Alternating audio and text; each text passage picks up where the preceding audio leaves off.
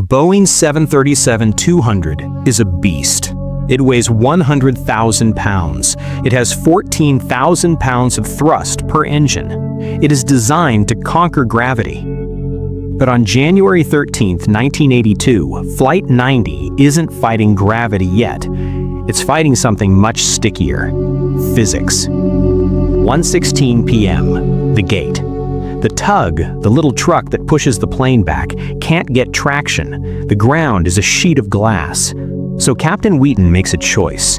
It's a choice that pilots make in dry weather all the time. He decides to use reverse thrust to back the plane out of the gate. He's going to use the engines to blow himself backward. But look at the ground. When those thrust reversers open, they act like giant scoops. They direct the jet blast forward and down into the slush. He is blowing high-velocity air into a slush pile. The slush flies up. It's an airborne slurry of ice and water. And where does it go? It gets sucked right back into the engine intakes. This is the first wound. Before the plane is even moved an inch, the sensors that tell the pilots how much power they have are blinded. They are covered in ice. The captain cancels the reverse thrust. It didn't work anyway. They eventually get a tug to pull them out, but the damage is done. The plane is now a lying machine. It will tell the pilots everything is fine, even when it's dying. 1:38 p.m. De-icing. You're sitting in the window seat. You see the guy spraying the orange or pink fluid on the wing. You feel safe. You think, okay, the ice is gone. But here is the chemistry. De-icing fluid is a mix of glycol and hot water. The hotter the water, the better. The more glycol, the better. On this day, the airport is rationing glycol. They are mixing it leaner, more water, less chemical, and the temperature is 24 degrees. The fluid did its job for about 15 minutes. But Flight 90 doesn't take off in 15 minutes. It sits. It sits in the line for 49 minutes. Imagine leaving your car windshield wet in freezing temperatures for an hour. What happens? It doesn't just freeze, it becomes textured, rough. The wings of Flight 90 are now covered in a layer of ice the texture of 40 grit sandpaper. And then the second wound, the fatal one. Listen closely. They are running the checklist. There is a switch labeled anti-ice. This switch turns on the heat for the engine probes. It melts the ice that got sucked in earlier. It is the one button that could save their lives right now. Co-pilot Pettit. Anti-ice? Captain Wheaton. Off. Off. Why? Because usually you don't use it on the ground. It overheats the sensors. But in a blizzard, in a snowstorm, it is mandatory. They missed it.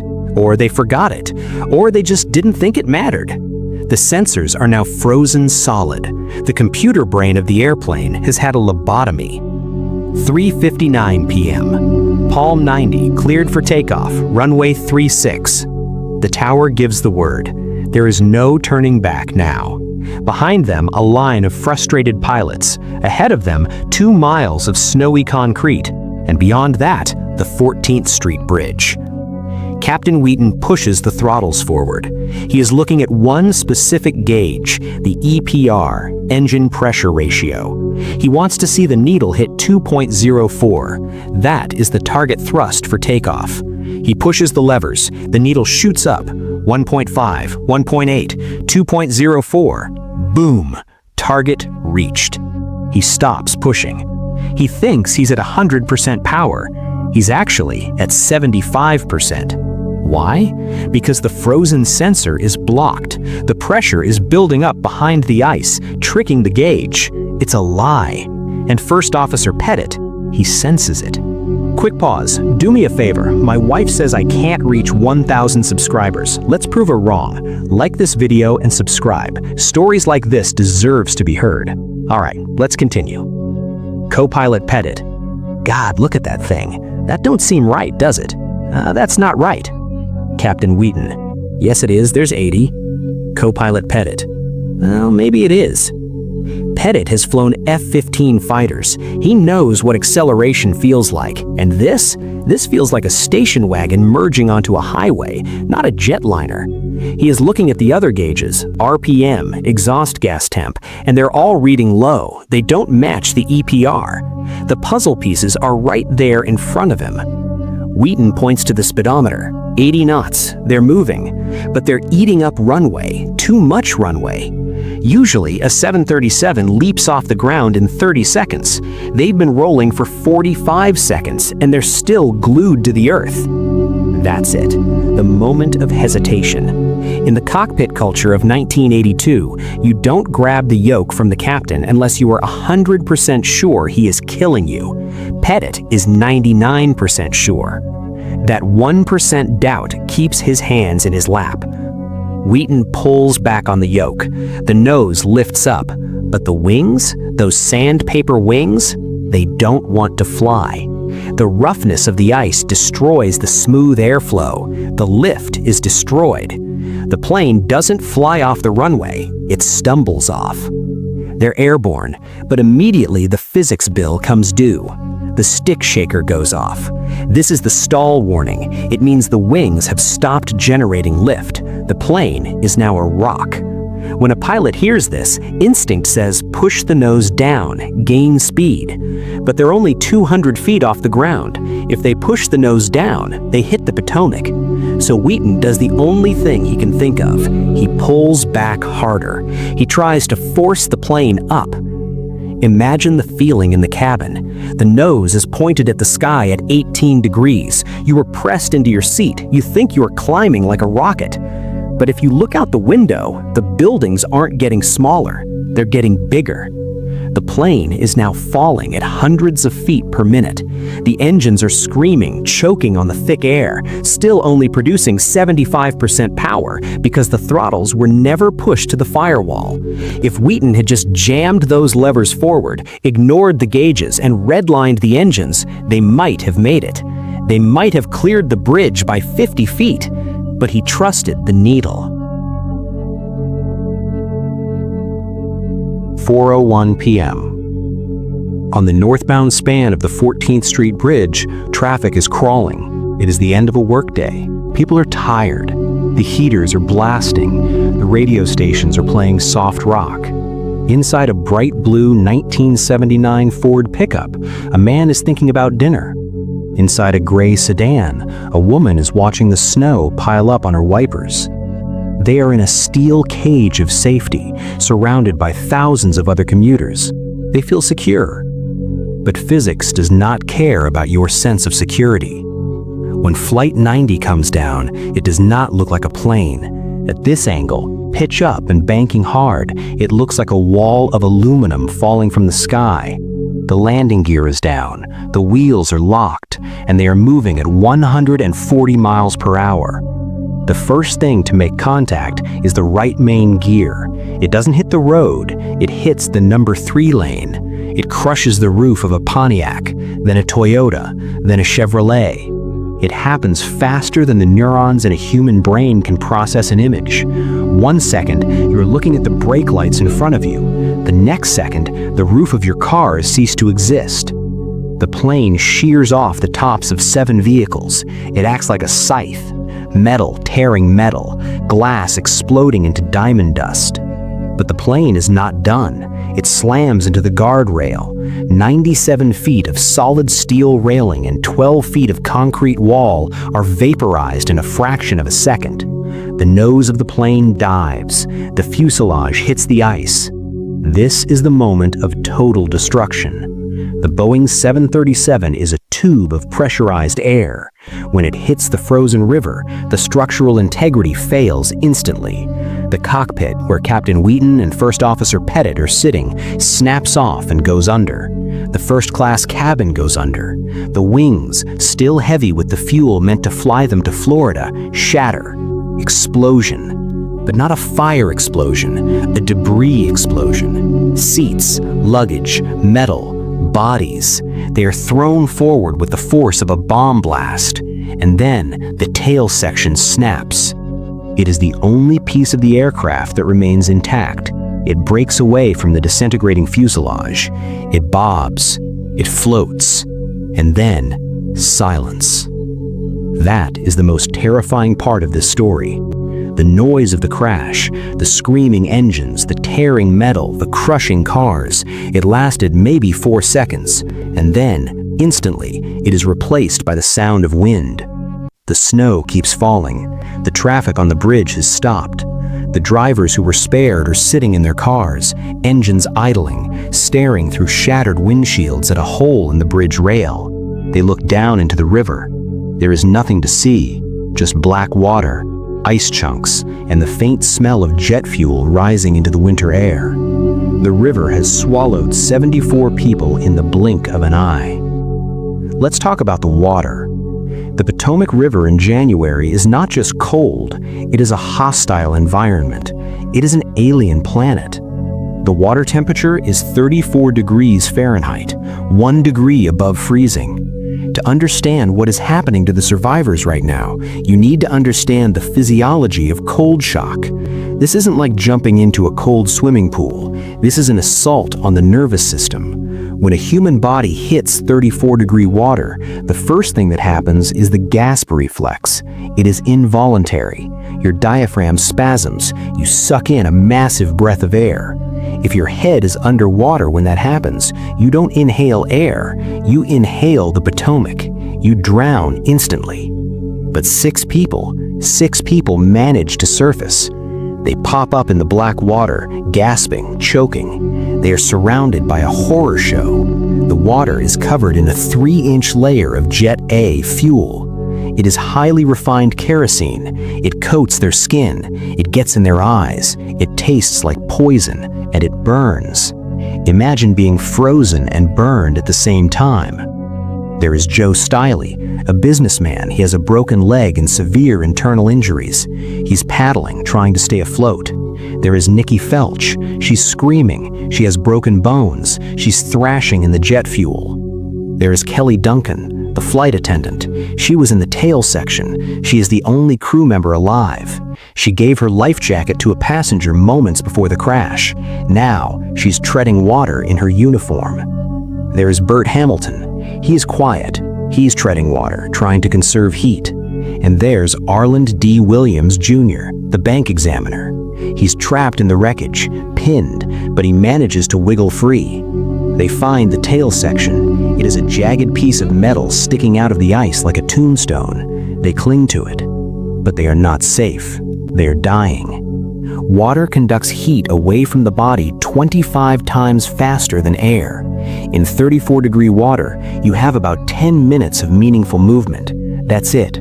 After 10 minutes, the blood vessels in your arms and legs constrict so tightly to save your heart that your muscles stop working. You lose your grip. You can't hold a rope. You can't swim. You just sink. The clock started ticking the moment they hit the water. Up on the bridge, the commuters are getting out of their cars. They run to the broken railing. They look down. They see the 6 heads bobbing in the black soup. They can hear them. The survivors are screaming, "Help us! Please, we're freezing!" The people on the bridge scream back, "Hold on! Help is coming!" But help is not coming. Not fast enough. The ambulance sirens are wailing in the distance, but the rush hour traffic is a parking lot. The fire trucks are stuck in the snow. The police cars are boxed in. The survivors look up at the bridge. It's only a few hundred yards away. They can see the faces of the people watching them. They can see the red taillights of the cars.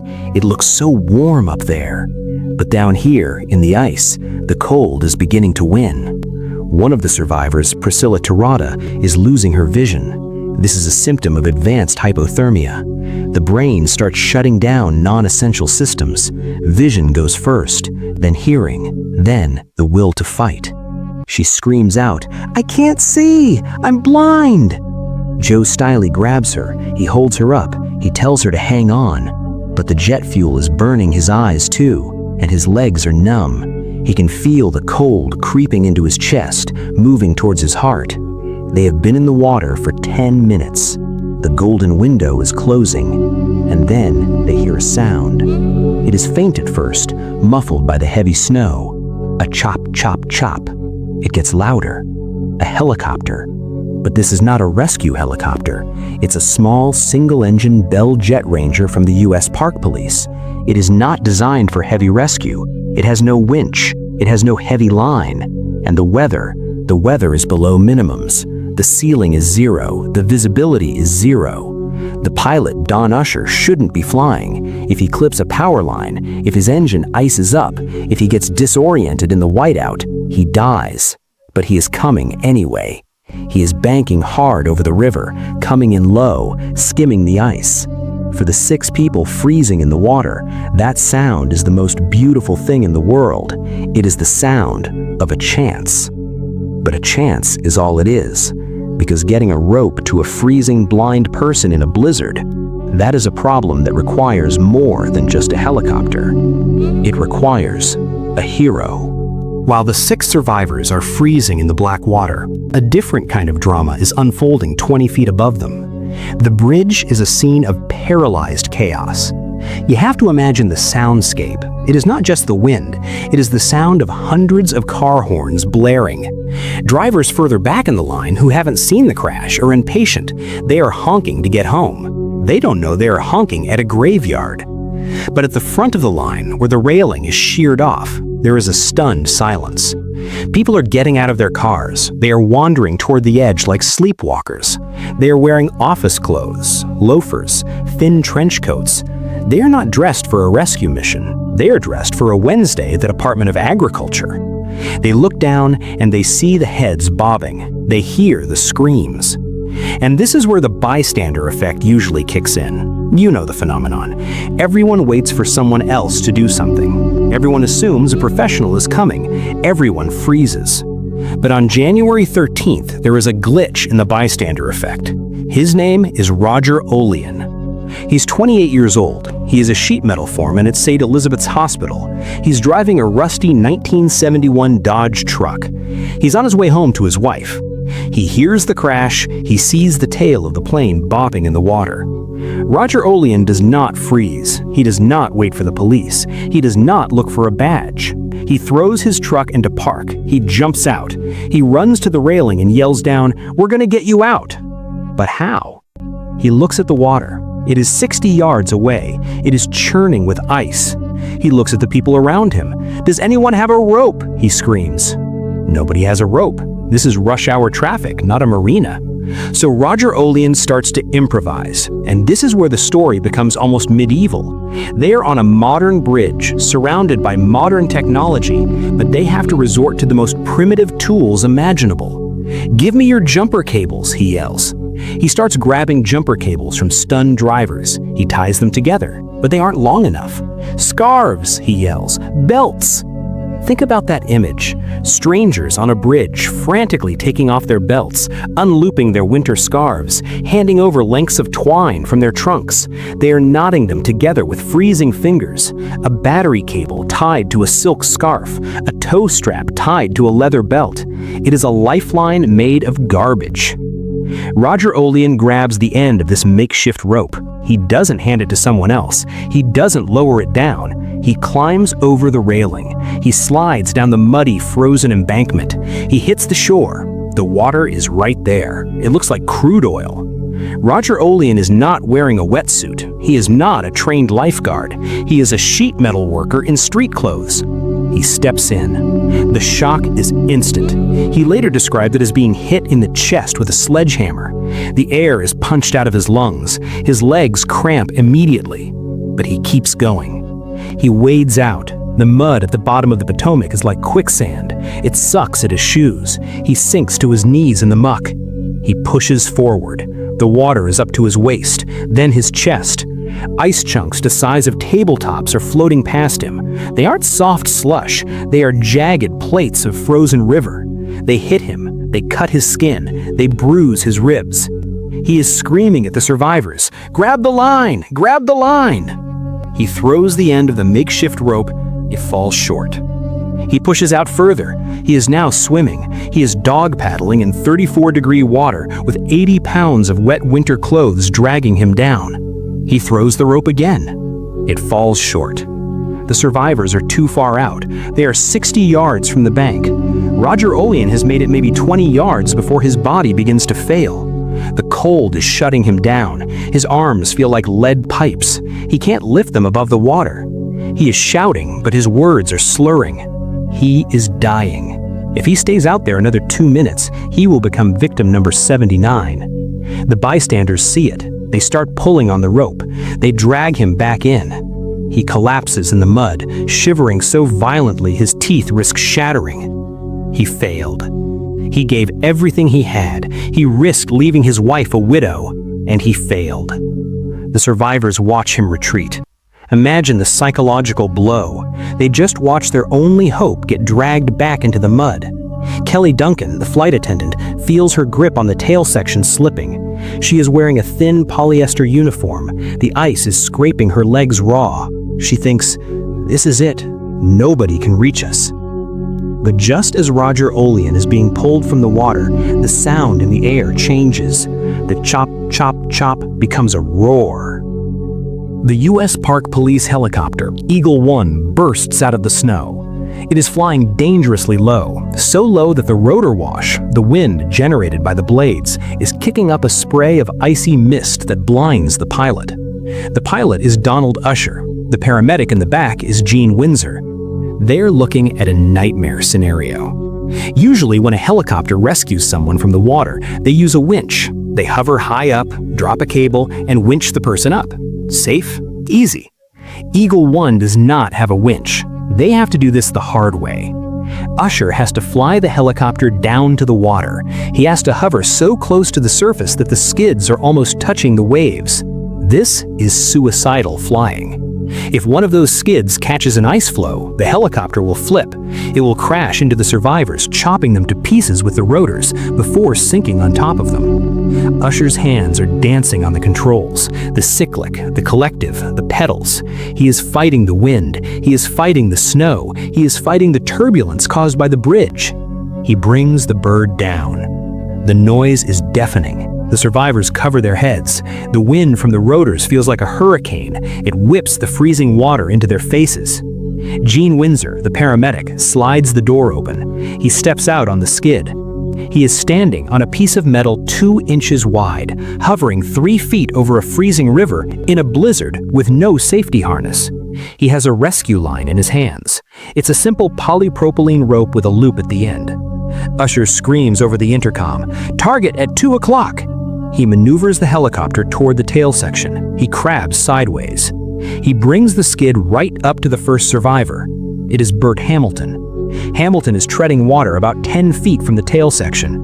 He looks up at the monster machine hovering over him. Windsor leans out. He drops the line. "Grab it!" Hamilton reaches up with a frozen claw-like hand. He misses. The helicopter sways. The wind pushes it back. Usher fights the controls. He brings it back in. Windsor drops the line again. It hits Hamilton in the chest. Hamilton wraps his arm through the loop.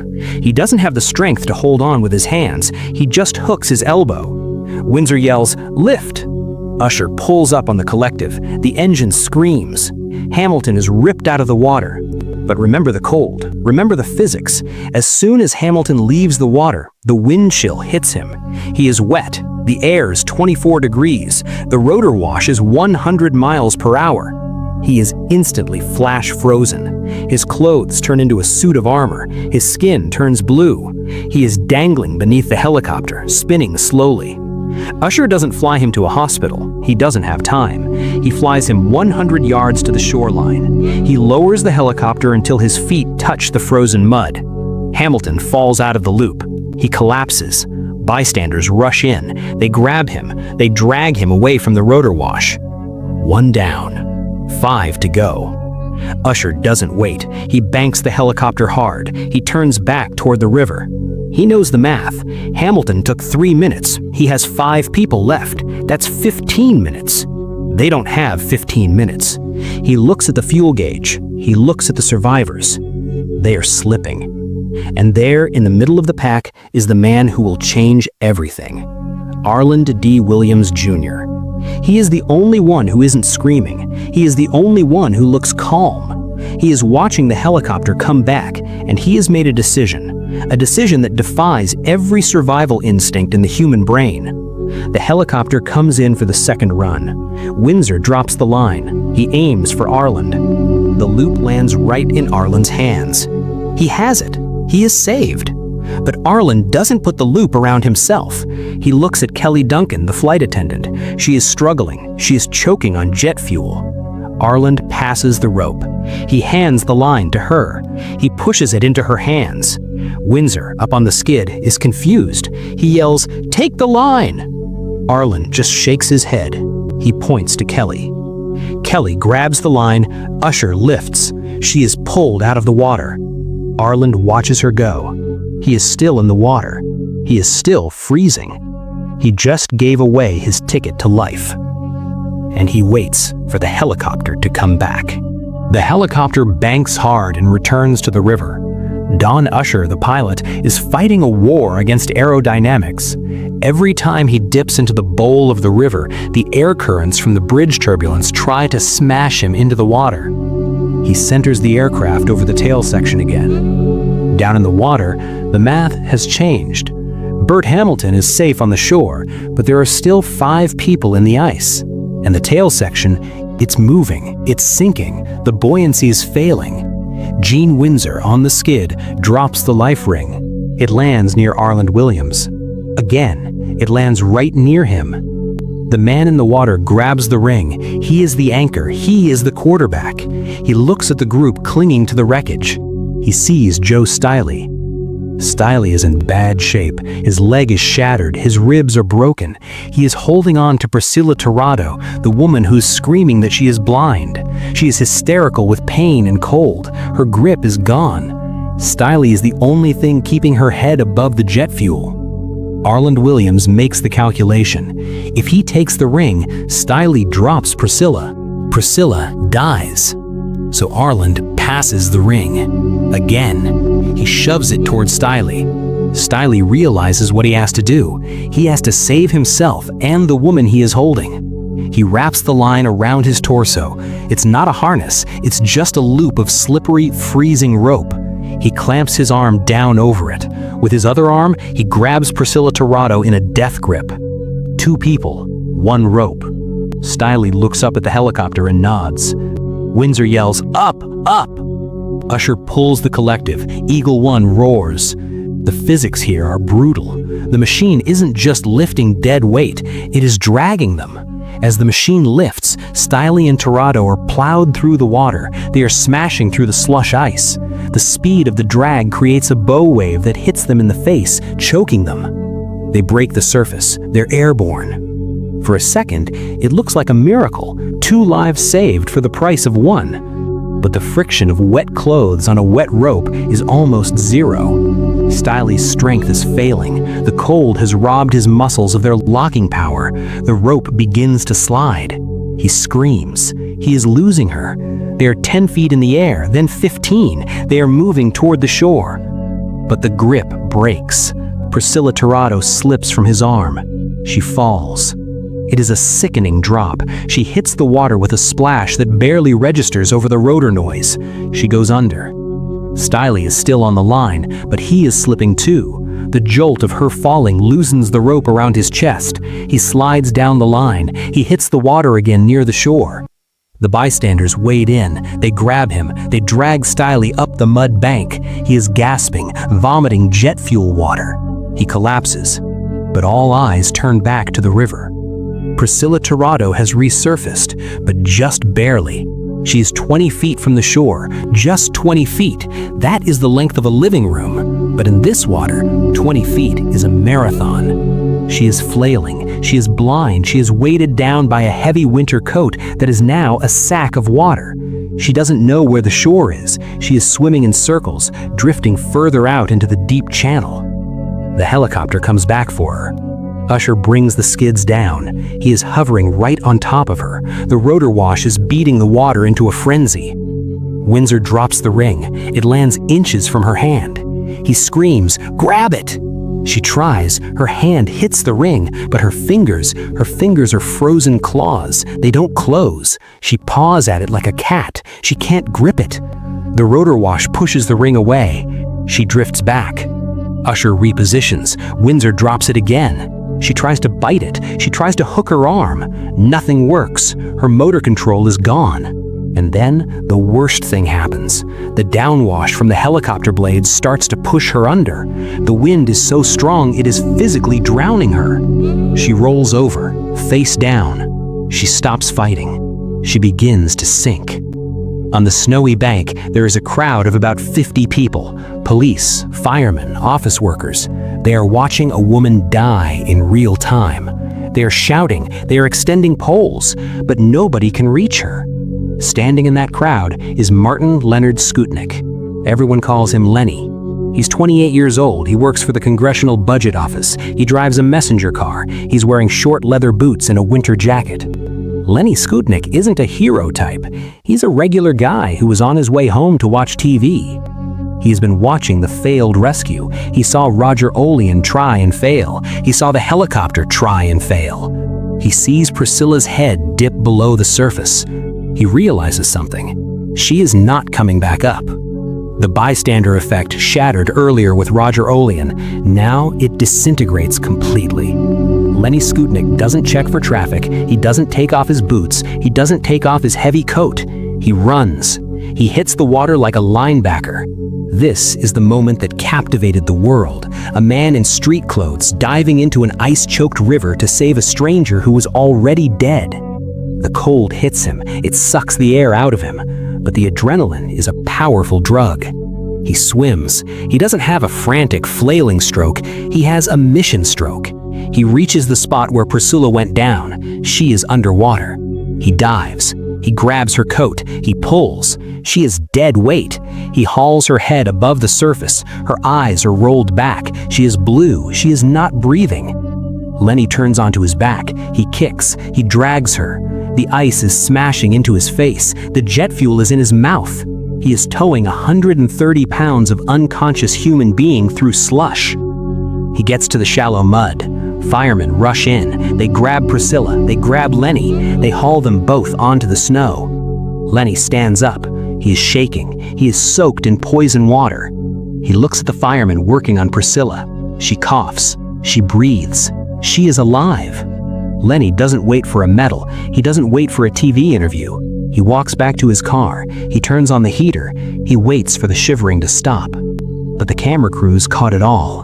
In that moment, Lenny Skutnik became the definition of a hero for the 1980s. President Reagan would later invite him to the State of the Union, starting the tradition of seating heroes in the gallery. But while Lenny is shivering in his car, the horror on the river isn't over. The helicopter turns back. There are still 3 people in the water: Nikki Felch, Kelly Duncan, and the man who keeps passing the rope, Arland Williams.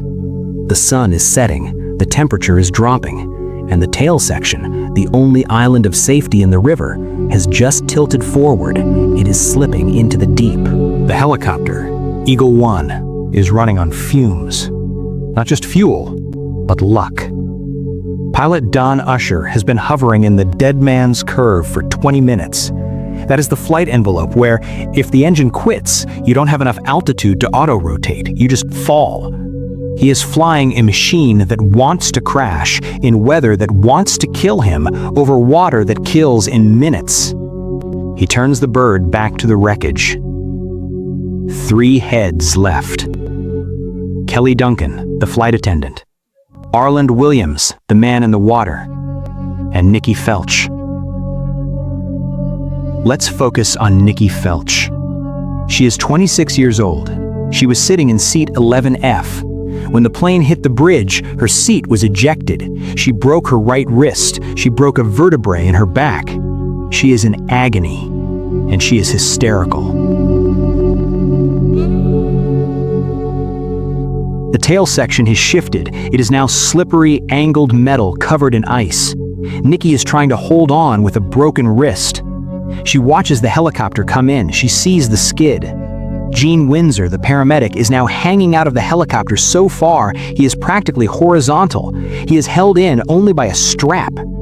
He drops the life ring to Nikki. She grabs it. She wraps her arms around it. Usher pulls up. But Nikki is not alone. The wreckage, it has snagged her. She is tangled in seatbelts, twisted metal, and underwater debris. As the helicopter lifts, she screams. The wreckage is pulling her down. The helicopter is pulling her up. She is being rack-stretched. She lets go. She falls back into the water. She disappears into the slush. Usher sees it. He swears. He drops the nose. He brings the helicopter down again. She pops up. She is coughing water. She is fighting. This time, Windsor doesn't use the ring. It's too clumsy. He signals Usher, "Get lower." Usher pushes the cyclic forward. The helicopter descends. The skids touch the water. This is insanity. The skids are submerged in the Potomac. The belly of the helicopter is inches from the waves. Windsor reaches out with his bare hand. He grabs Nikki's wrist, her broken wrist. She screams, but she holds on. He pulls. She pulls. But the wreckage won't let go. It's like a monster under the bed, clawing at her ankles. Windsor is a strong man, but he is trying to lift a wet, injured woman against the resistance of tons of submerged aluminum. He can't do it. His grip slips. Nikki falls back into the water for the second time. She goes under. On the shore, the crowd groans. They think she is gone. But Nikki Felch has fight in her. She kicks. She claws her way back to the surface. She grabs a piece of floating debris. She looks up at the helicopter. She is angry. She is terrified. And she is done waiting for ropes. Usher brings the bird around for a third try. He knows he can't lift her with the line. He can't lift her by hand. He has to give her something solid. He pivots the helicopter. He brings the left skid right in front of her face. It is a metal bar hovering on the water. Nikki Felch lunges. She wraps her arms around the skid. She wraps her good arm, her bad arm, her chin, her chest. She hugs the metal landing gear like a lover. Usher feels the weight on the skid. A helicopter tilts. "She's on!" Windsor screams. Usher pulls the collective. The helicopter rises. Nikki Felch rises with it. She's dangling from the landing gear, her legs dragging in the water, then in the air. She is not secured. She's not tied in. She's holding on by pure friction and the will to live. Usher flies her toward the shore. He flies gently. If he banks too hard, the G-force will rip her off. He brings her to the bank. As her feet touch the mud, her strength vanishes. She falls off the skid. A dozen hands grab her. They pull her onto the snow. She is safe. That is 4 survivors. 2 left. Kelly Duncan and the man who saved everyone else. The light is fading fast now. The gray sky is turning charcoal. Usher swings Eagle One back to the river. He goes for Kelly Duncan. She is the last one clinging to the visible wreckage. The tail section is almost gone. She is wearing her flight attendant life vest. It is the only bright spot of color in the black and white landscape. She sees the helicopter coming. She has watched Arlen Williams pass the ring. She has watched Nikki fall and get picked up. She knows the drill. The helicopter comes in low. Usher puts the skid right in her lap. He doesn't mess around with the ring anymore. He knows these people have no grip strength left. Kelly wraps her arms around the skid.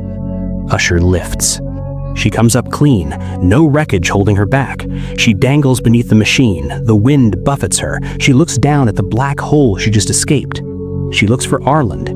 He wants to see him get picked up. He is the reason she is alive. He handed her the line. Usher deposits her on the bank. The paramedics swarm her. That is 5. 5 survivors. Usher banks the helicopter immediately. He doesn't even land. He spins 180 degrees. He is going back for the 6th man, the man who passed the rope. Usher flies to the spot where the tail section was. He hovers. He looks down. There is the hole in the ice. There is the slick of jet fuel. There are the pieces of luggage floating. But the water is flat. There is no head bobbing. There is no hand waving. Usher drops lower. The rotor wash blows the ice chunks apart, clearing a circle of open water. He is looking for a coat, a face, anything. Gene Windsor hangs out of the door, scanning the dark water. "Do you see him?" Usher asks. "Negative," Windsor says. "I don't see him." They circle. They orbit the spot. Maybe he drifted downstream.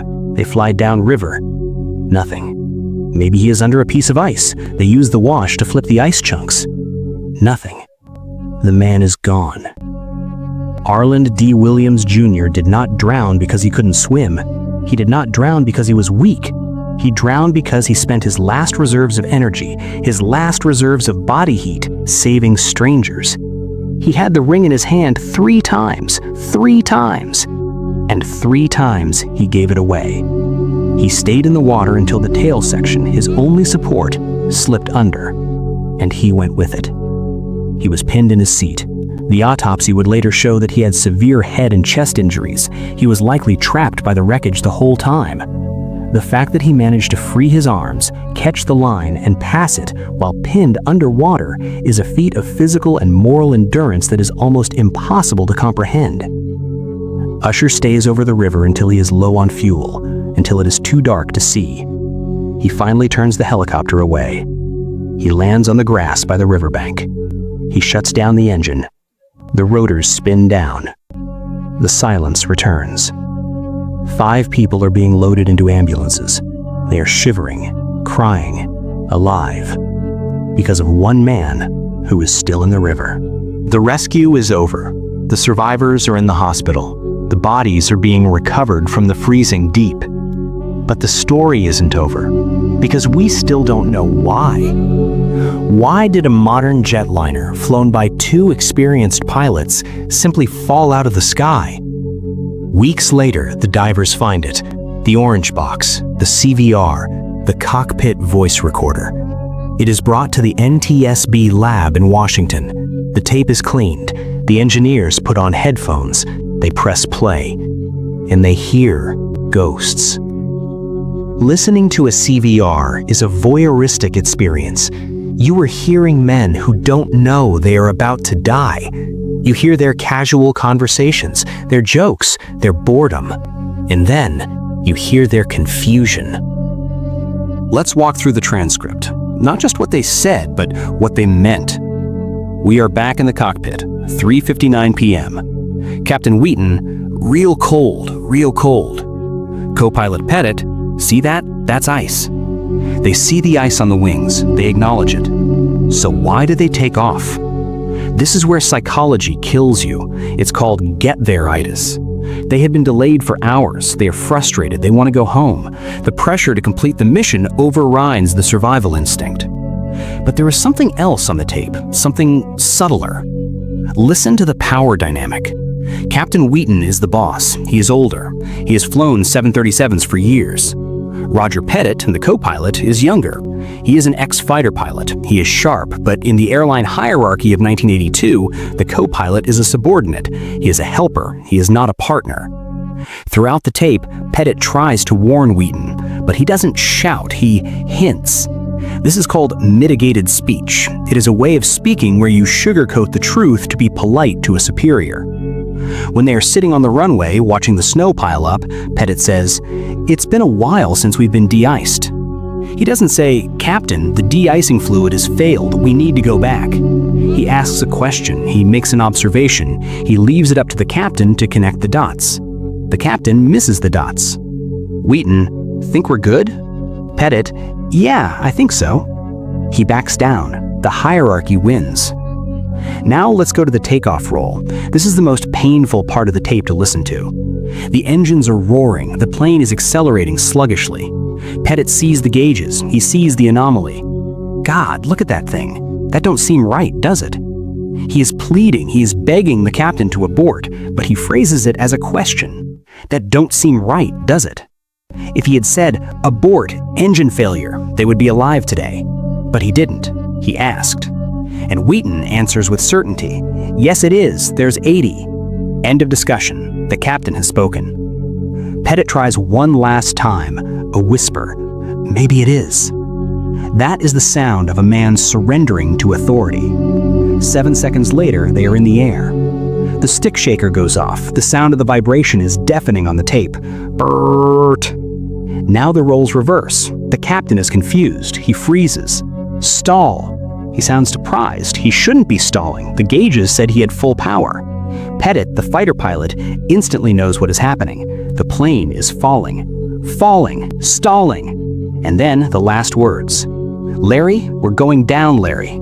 He is talking to himself. He is addressing himself by name. It is a moment of total dissociation. I know it. And then, the sound of crunching metal and silence. The NTSB investigators took off their headphones. They sat in silence. They realized that the ice on the wings was the bullet, but the culture in the cockpit, that was the gun. The crash of Air Florida Flight 90 changed aviation forever. If you get on a plane today, you are safer because of Arland Williams. You are safer because of Roger Pettit. Here is what changed. Number 1. The sterile cockpit rule. Before 1982, pilots could chat about anything during takeoff and landing. Football, politics, dinner. On the Flight 90 tape, they were chatting about the weather, about the other planes, making jokes. After this crash, the FAA said, enough. Now, below 10,000 feet, non-essential conversation is illegal. If you are in the cockpit, you talk about the plane, or you shut up. You focus. Number 2, CRM, Crew Resource Management. This is the big one. Before 1982, the captain was God. If the captain said go, you went, even if you saw a cliff. Flight 90 proved that a captain can be wrong, and a co-pilot can be right.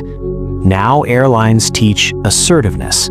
If a co-pilot sees a danger, they are trained to say, "Captain, I am uncomfortable. I believe the engines are failing. Abort takeoff." They don't ask, they command. They are trained to override the hierarchy to save the plane.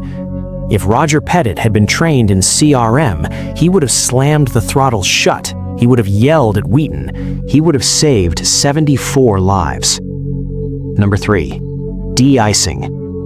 Look out the window the next time you fly in winter. You will see the fluid. It is thick, it is green. It is called Type 4 fluid. It didn't exist in 1982. Back then, they used Type 1. It was thin like water. It ran off quickly. Type 4 is a gel. It sticks to the wing. It protects the plane for hours, not minutes. And if you look closely, you will see the pilots. They don't just trust the ground crew anymore. They walk back. They look at the wing surfaces. They remember. Today, the 14th Street Bridge is just a bridge. Thousands of cars cross it every hour. Commuters listen to podcasts, they drink coffee, they complain about the traffic. They drive past the spot where the railing was replaced. The steel is a slightly different color if you know where to look. Most of them don't know that 40 feet below them, in the dark water, a man gave away his life 3 times. The bridge has a name now. It is not the 14th Street Bridge. It is the Arland D. Williams Jr. Memorial Bridge. It is the only bridge in the major Washington, D.C. area named after a civilian hero, not a president, not a general, a bank examiner, a man who was afraid of water. His friends later said that Arland wasn't a strong swimmer. He hated the cold. And yet, when the moment came, when the universe asked him, "Who are you?" he answered. The story of Air Florida Flight 90 is a tragedy. It is a story of errors, of arrogance, of bad luck. But it is also a story of the human spirit. It is the story of Roger Olian jumping into the mud. It is the story of Lenny Skutnik diving in without his boots. It is the story of Don Usher and Gene Windsor flying a helicopter like a guardian angel. And it is the story of Arland Williams, the man in the water. The man who proved that even in the coldest, darkest place on Earth, we are not alone. We think the story ends on the riverbank. The helicopter flies away. The credits roll. But for the 5 survivors, the danger hasn't ended. It has just changed shape. They are loaded into ambulances, but Washington, D.C. is paralyzed. The blizzard has turned the streets into a parking lot. The ambulances can't move. Inside the back of these vehicles, a new battle begins. It's a battle against rewarming shock. Here is the medical reality. When you are that cold, core body temperature dropping below 90 degrees, your blood thickens. Your heart becomes an irritable, fragile pump. If you warm a person up too fast, or if you jostle them too much, cold blood from the limbs rushes back to the heart.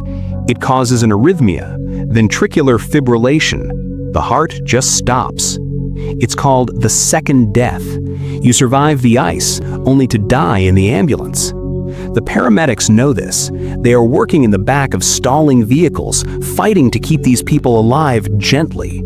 They are cutting off frozen clothes that have fused to the skin. They are starting IVs in veins that have collapsed from the cold. They finally reach George Washington University Hospital. The trauma team is waiting. Dr. Joseph Giordano is the head of the trauma team. He looks at the patients rolling in. They are blue. They smell of jet fuel. They are shattering with tremors. Priscilla Tirado's temperature is dangerously low. Joe Stiley has multiple fractures. Kelly Duncan is in shock. The doctors have to make a choice. Do they operate on the broken bones, or do they treat the hypothermia? They can't use anesthesia on a frozen person. It will kill them. So they have to wait. They have to warm them up, degree by painful degree, using warm IV fluids, warm blankets, and humidified oxygen. The pain of rewarming is excruciating. As the nerves wake up, it feels like burning fire. But they hold on. One by one, their heart rates stabilize. One by one, their color returns. They cheated the river, and now they cheat the shock. Before we fade to black, I want you to visualize one last thing. I want you to imagine a ghost flight. Let's rewind the clock to 3:59 p.m. Back to the cockpit. Captain Wheaton is running the checklist. Co-pilot Pettit, anti-ice? In our reality, Wheaton said off. But in this ghost timeline, imagine his finger flicks the switch up. Captain Wheaton, on. That is the only change, a piece of metal moving 1 inch. The valves open, hot bleed air from the engines rushes forward. It heats the cowl lip, it heats the PT-2 pressure probe. The ice inside the sensor melts, the water drains away. The sensor is now clear. They taxi to the runway. The snow is still falling. The wings are still contaminated with slush. That hasn't changed. But look at the gauges now. Wheaton pushes the throttles. He aims for 2.04 EPR. The sensor, now accurate, tells the computer the truth. The engines are only producing 1.70. Wheaton sees the discrepancy. He sees that the needles aren't matching. He pushes the throttles further. He advances them to the firewall. The engines roar, a true, deafening, full-power roar. 14,000 pounds of thrust kicks in. The plane surges forward. It accelerates, not sluggishly, aggressively. Roger Pettit is pressed back into his seat. That's power, he thinks. They hit 80 knots, then 100, then V1. Rotate! He pulls back. The rough wings still struggle to lift. The stick shaker still goes off. Bert. But this time they have thrust. They have raw power. The engines scream, overpowering the drag of the ice. The plane muscles its way into the air. It doesn't sink, it climbs. It clears the 14th Street Bridge by 200 feet. The drivers in their cars don't even look up. They just hear a jet passing over. The plane climbs into the clouds. It turns south. 2 hours later, it lands in Tampa, Florida. The sun is setting. It is warm. The 74 passengers get off. Arland Williams grabs his carry-on. He walks into the terminal. He hugs his family. He goes home. He lives another 20, 30, 40 years. He never becomes a hero. He just remains a bank examiner. Nobody jumps into a river. Nobody dies. The 14th Street Bridge is never renamed. It is a beautiful, boring timeline. But that switch stayed off. And because it stayed off, we learned the hardest lesson of all. We learned that systems fail, machines lie. But we also learned that when the metal streams and the bridge falls, people do not fail. Strangers do not fail. We are capable of things that are not in the manual. And that is the legacy of Flight 90.